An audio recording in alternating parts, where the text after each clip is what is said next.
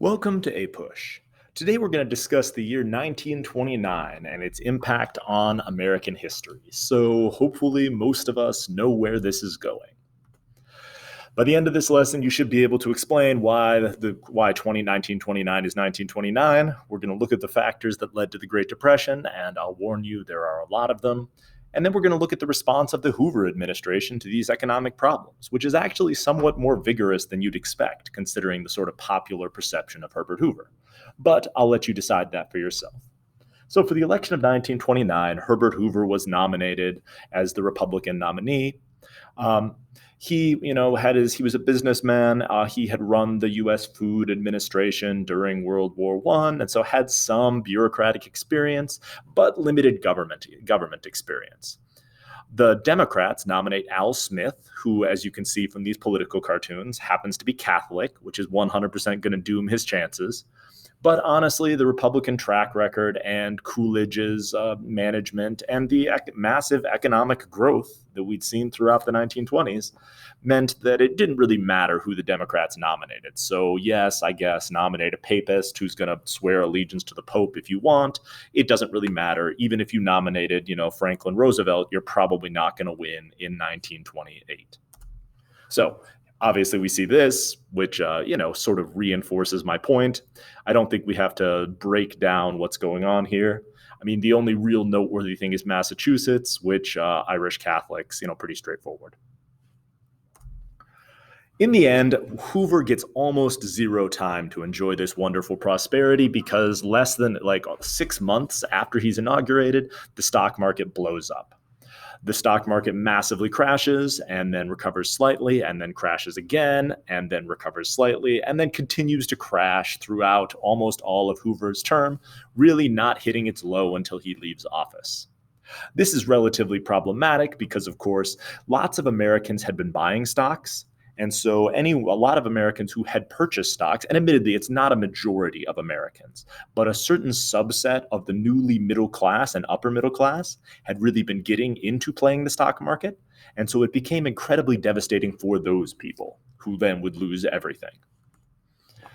The real issue, as I mentioned earlier, is not necessarily that the stock market crashed, because the stock market has crashed before. We've had economic panics before. It's the fact that the stock market crashed and then there was really no rebound or no recovery. So this was incredibly difficult because, especially for Americans who had been buying. This was incredibly problematic, especially for Americans who have been buying stocks on margin. Because the basic system that they'd set up was you buy stocks, you put a portion of the money down and then borrow the rest of the money. And then, of course, when the price of stocks crashes, not only can you not pay your stocks off, but then you also can't pay the loans and your stuff starts getting repossessed. And we'll talk more about this later, but of course, incredibly devastating. All of this led to the Great Depression, which, of course, destroyed the American economy, really affected the psyches of the people who lived there during this time period, and really profoundly changed the direction of American society because of the way we responded to it. We see massive displacement. We see literature focusing on this. And, of course, the irony of the Roaring '20s, this glorious decade of American prosperity, followed by a decade of deprivations and poverty, creates a massive contrast, which makes the Great Depression feel even worse. Ugh. So as far as causes of the Great Depression, farmers have been getting crushed ever since World War I. We've talked about this repeatedly, of course, but in the aftermath of war, farmers tend to struggle because they overproduce during wartime. And so you see this wartime surge of farm wages, sales, and purchases.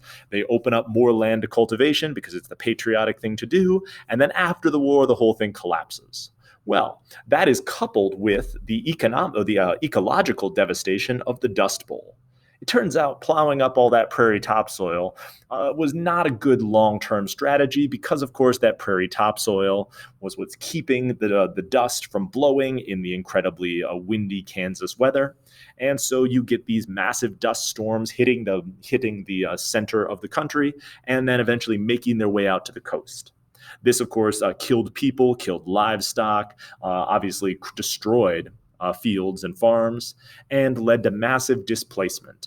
Here we see migrant mother, who is a refugee from the Dust Bowl heading out west. And so we start to see a shifting of population from the Midwest out to the coasts in order to escape this unbelievably devastating ecological disaster.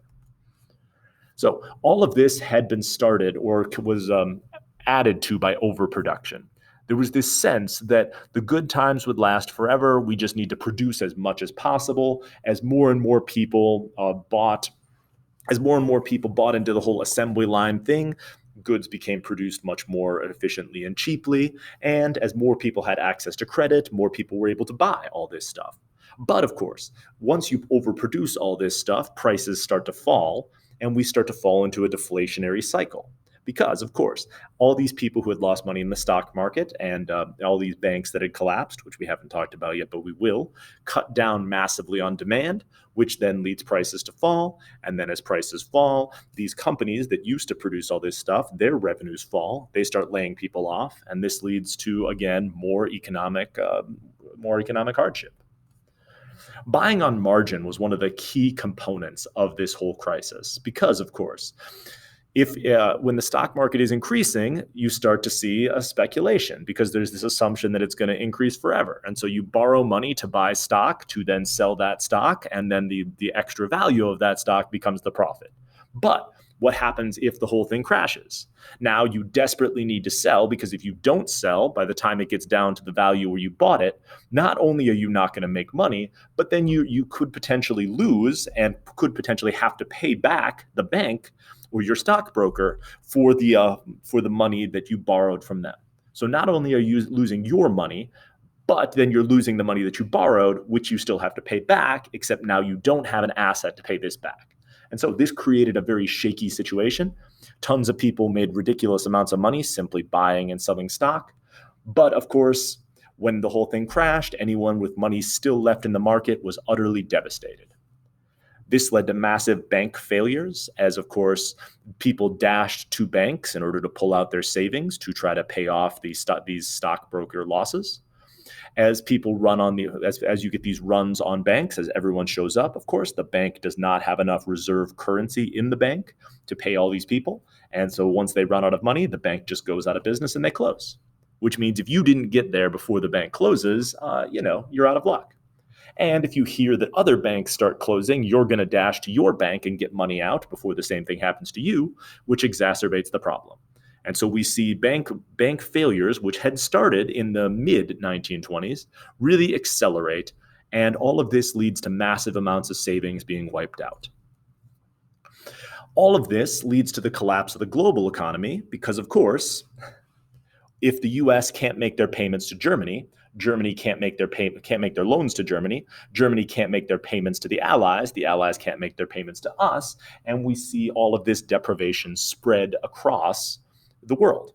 And so then, us relying on European demand to buy American products and to make up for the lack of American demand is no longer viable. And the entire world falls into a depression during this time period, which again is going to accelerate different governments pursuing radical solutions to the problems, some of them less radical than the United States, and some of them substantially more.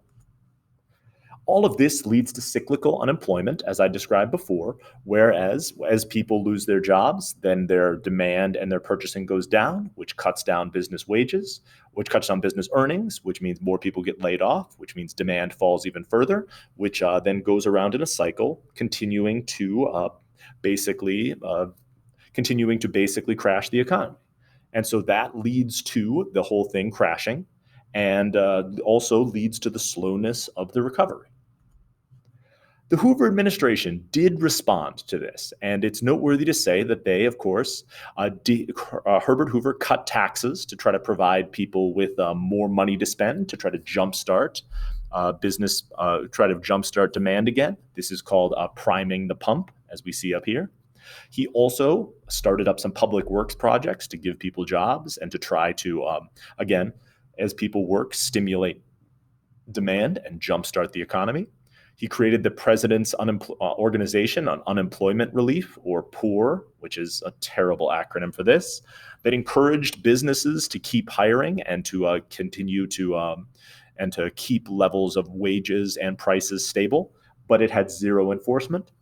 And he raised the protective tariff to the highest level possible, which unfortunately made global trade grind to a halt and exacerbated the challenge. But you'll notice that a lot of these things are somewhat similar to the stuff we're going to see from FDR once he comes into office. But for Hoover, they were nowhere near the scope necessary to tackle this crisis. So Hoover ends up getting much of the blame for the lack of recovery. These shanty towns, as people lose their houses, they end up building sort of makeshift settlements in most American cities, which become known as Hoovervilles, and not because they're so happy with Herbert Hoover. And you get this real sense that under Hoover, America is moving substantially backwards, which is something that we really haven't dealt with since, I don't even know. I don't know that we've ever had a period where it feels like we regressed pretty substantially. So Hoover gets blamed for all this, and he becomes pretty much politically toxic. One of the worst things that happened is the Bonus Army, which is sort of a replay of Coxey's Army, which you might remember from the Depression of 1893. But this is a group of mostly World War I veterans who are marching on Washington to try to lobby for an early payment of a cash bonus that they were supposed to get about 5 years from then. They start camping out, and trying to protest and pressure Congress. And Herbert Hoover calls out the National Guard and the police, and they are forcibly dispersed. And so you get these horrible images of veterans fighting with law enforcement and National Guardsmen on the steps of the U.S. Capitol, which sort of builds a sense of the whole thing spiraling out of control. So hopefully at this point you can answer these questions with some detail. And when we come back, we'll look at the major response, or the directional change that we get out of this as the Republicans lose political power and the Democrats move in to try to tackle this massive challenge.